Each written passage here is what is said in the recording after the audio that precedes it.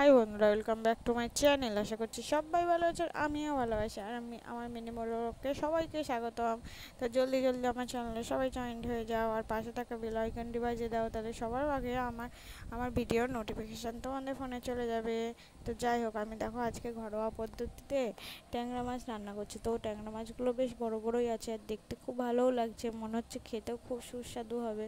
তো দেখো আমি মাছগুলো ভালো করে ধুয়ে কেটে নিয়েছি। এবার এই মাছ কাটা খুবই সহজ, শুধু বুকটা কাটলেই হয়ে যায়, ঠিক আছে।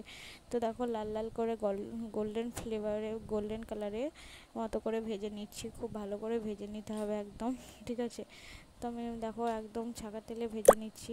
তো আমার ভিডিওটি কেমন লাগছে অবশ্যই জানাবে, আর সঙ্গে থাকবে। আর আমার যদি ভিডিওটি ভালো লেগে থাকে আমার চ্যানেলটি সাবস্ক্রাইব করে দেবে, ঠিক আছে। তো দেখো আমি এটা গোল্ডেন কালারের মতো করে ভেজে নিয়েছি, ঠিক আছে। ভাজছি, তো উল্টিয়ে দিচ্ছি, ঠিক আছে।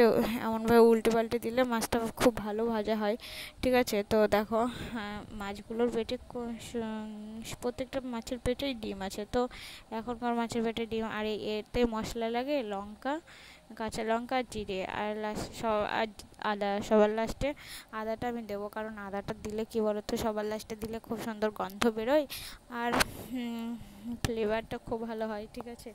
তো দেখো আমি লাল লাল করে ভেজে নিচ্ছি। আর আমার ভিডিওটা একদম স্কিপ করবে না, তাহলে তোমরা পুরোটা বুঝতে পারবে না, ঠিক আছে। তো দেখো আমি লাল লাল করে ভেজে নিয়েছি, আর মাছগুলোর পেটেও ডিম দেখা যাচ্ছে, তাই না। তো দেখো এবার আমি মশলাটা দিয়ে দেবো একদম।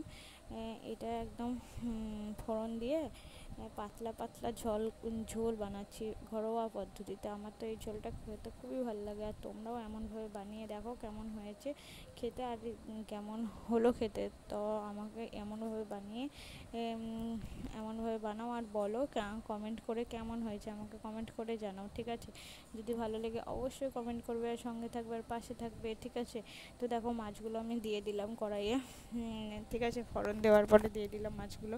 এবার মশলাটা দিয়ে দিয়েছি, মশলাটার সাথে আমি মাছগুলো একটু কষে নিচ্ছি, ঠিক আছে। কষলে খুব ভালো হয়, ঠিক আছে। তো কষার পরেই দেখো আমি এটাকে ভালো করে কষে নেব। কষে নেওয়ার পরেই আমি অল্প পরিমাণে জল দিয়ে দেবো, ঠিক আছে। দেখো জল দেওয়া বেশি নাড়াচাড়া করবো না, নাড়াচাড়া করলে ভেঙে যাবে, ঠিক আছে। তো হালকা পরিমাণে নেড়েই আমি জল দিয়ে দেবো, অল্প জল দিয়ে দেবো। তো জল দেওয়ার দেখো জল একটু 5 মিনিট মতো ভেজে তারপরে জল দিয়ে দিলাম, ঠিক আছে। অল্প পরিমাণে জল দেবো, জল দেওয়ার পরে একটু ফোটার পরেই স্বাদ মতো লবণ আর হলুদ দিয়ে দেবো, ঠিক আছে। তোমরা যে যে পরিমাণে ঝাল, লবণ, হলুদ খেতে চাও সেই পরিমাণে দেবে, ঠিক আছে। কালার হওয়ার জন্য হলুদ, ঠিক আছে।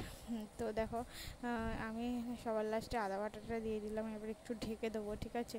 10 মিনিট মতো ঢেকে দেওয়ার পরেই আমি জলটা যেই একটু কমে যাবে আমি তখনই নামিয়ে নেব, ঠিক আছে। তো আর সবার লাস্টে আমি একটু সরিষে বাটা দিয়ে দেবো। তো সরিষে বাটা দিলে খুব ঝোলটা একটু ঘের হয়, আর খেতেও খুব ভালো লাগে, ঠিক আছে। তো আমার মতো ট্যাংরা মাছের ঝোল এমনভাবে বানাও, ঠিক আছে। আর যদি ভালো লাগে অবশ্যই কমেন্ট করবে, আর সাথে থাকবে, পাশে থাকবে। আর আমার চ্যানেলটি সাবস্ক্রাইব করতে একদম ভুলবে না। আজকের মতো টাটা, পরের ভিডিও নিয়ে আবারও আসবো। সঙ্গে থেকো আর পাশে থেকো, টাটা।